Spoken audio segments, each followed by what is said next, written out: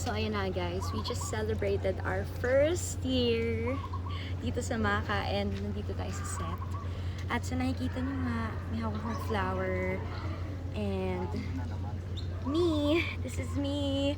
Una, sobrang nakakatuwa na talagang hindi man nung first year pa, every time na may taping kami, yung makabarkada, nandito talaga sila. They never fail to visit us or spoil us with food or kung ano-ano.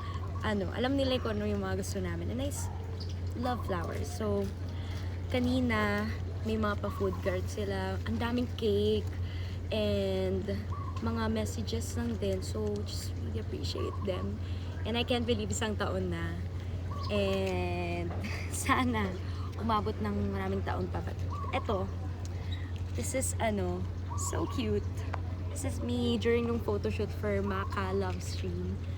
I love keychains, lalo na pag siya, parang may meaning. Hindi ko alam saan ko pa ito lalagay. Pero I will definitely use this. Lahat kami may ganito. Mga, kunwari, si Shan, yung tsura niya ng photoshoot. Pero mas matangkad nga ako eh. Yung keychain ko kaysa kay Shan. Kaya, thank you mga kabarkada for all your love and support and effort every time and even online.